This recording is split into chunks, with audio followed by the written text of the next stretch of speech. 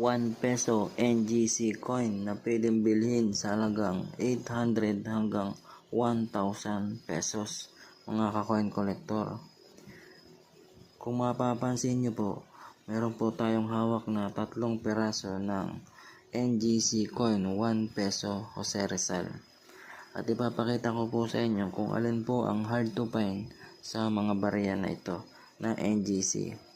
Unahin po natin ang year 2019, mga coin collector. Ito pong 2019 ay may dalawang klase. Isa pong lower mint mark at isa pong higher mint mark, mga coin collector. Ayan po. At ang pangalawa po natin na taon ay yung year 2018, mga coin collector. Ayan po. Year 2018 po na lower mint mark.